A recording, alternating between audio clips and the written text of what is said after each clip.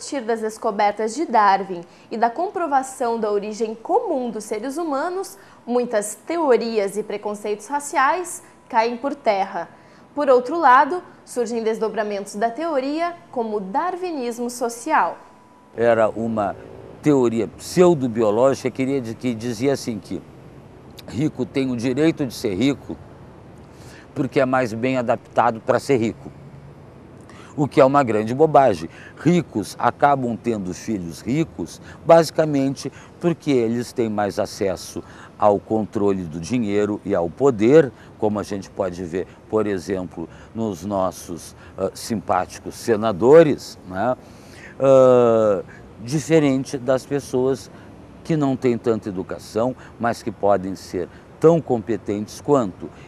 Porque ele encontra que todos os seres vivos temos uma origem biológica em comum.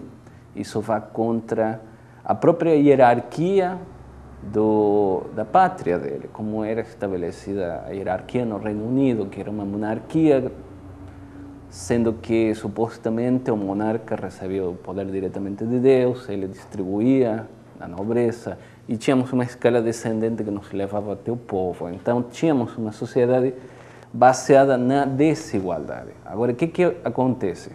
Se eu encontro evidências claras de que não apenas o ser humano, todos os seres vivos temos uma história biológica em comum e que isso pode ser comprovado cientificamente.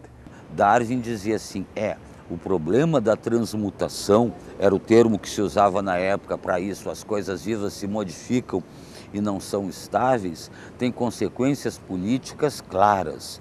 Se as plantas e os bichos se modificam, por que a estrutura social deve ser estática? Por que luta pela sobrevivência? Não é porque, como muitos dizem, né, porque uma espécie, né, é alimento para outra, na cadeia alimentar. Não apenas nessa ideia, que depois ficou sendo assim, um darwinismo um pouco social, né, da luta entre humanos. Não, o Darwin está pensando na luta pela sobrevivência, sim, também da relação das cadeias alimentares entre as espécies, mas também de como toda essa biota ela sobrevive nos cenários dinâmicos da geologia planetária.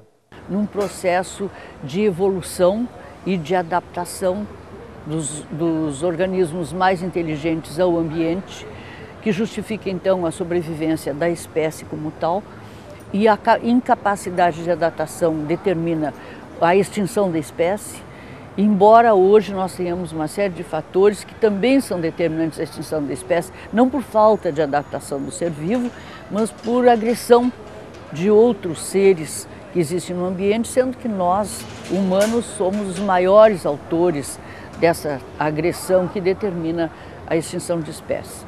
Tanto que a gente sabe, falando em termos de Brasil, que por dia, comprovadamente, se extinguem de 45 a 200 espécies ainda não classificadas, desconhecidas, e que serão desconhecidas por toda a eternidade, em decorrência do desaparecimento dos exemplares.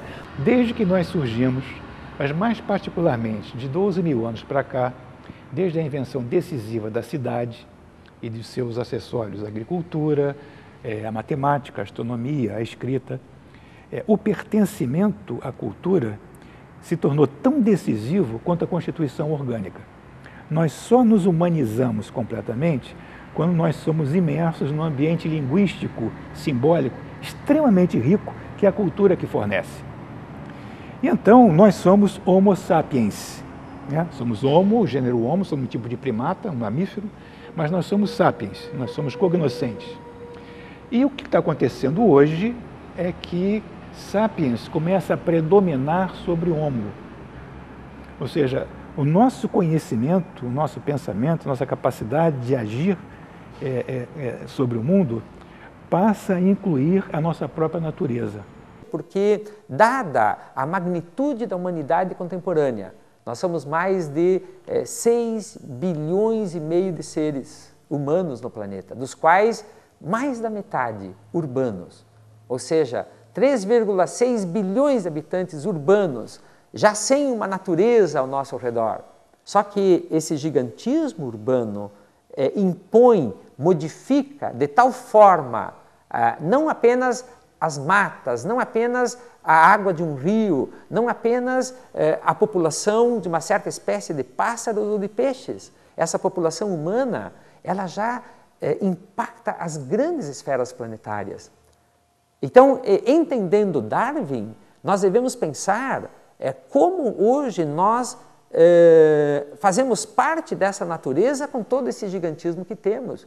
E o que nós podemos fazer do ponto de vista de um impacto que seja irreversível e não danoso para o planeta, porque o planeta tem 4,6 bilhões de anos. Ele está muito além da escala da espécie humana, né? O nosso problema todo é como nós desenvolvemos uma cultura capaz de acompanhar as mudanças que nós humanos ocasionamos na natureza. Esse é o nosso problema. Nosso problema é um problema cultural. A inteligência tem um bom componente genético. Tá? Digamos, a gente estima que mais de 70% da variância do QI é dada por diferença entre os genes. E aí a pergunta que se faz é assim, quem tem mais filhos? Pessoas muito inteligentes ou pessoas pouco inteligentes?